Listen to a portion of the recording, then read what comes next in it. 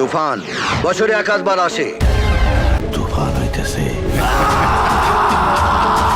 তুফান বছরে একবার আসে না রে ভাই, তুফান বাংলার ইন্ডাস্ট্রিতে প্রথমবার এসেছে, আর তাই তো চারদিকে তুফান ঝড়ে লন্ডভন্ড। তুফানের ঝড় কেউ সামলাতে পারবে না। ইতিমধ্যে অনেকের মন ভেঙে তছনছ করে দিয়েছে তুফান, আর সেই জন্য কপি কপি বলে ভুলভাল বক্তব্য দিচ্ছেন অনেকেই। এই প্রথমবার বাংলাদেশের কোনো সিনেমার টিজার প্রফেশনাল ভাবে প্রকাশ হলো। তুফান সিনেমার মাধ্যমে এই প্রথম কমার্শিয়াল সিনেমার স্বাদ পাবে দর্শকরা, যা এর আগে কোনো নায়ক করতে পারেনি। শাকিব খান সেটা করে দেখালো। শাকিব খানের সিনেমা মানে নতুন নতুন সৃষ্টি করা, এবারও তার ব্যতিক্রম হয়।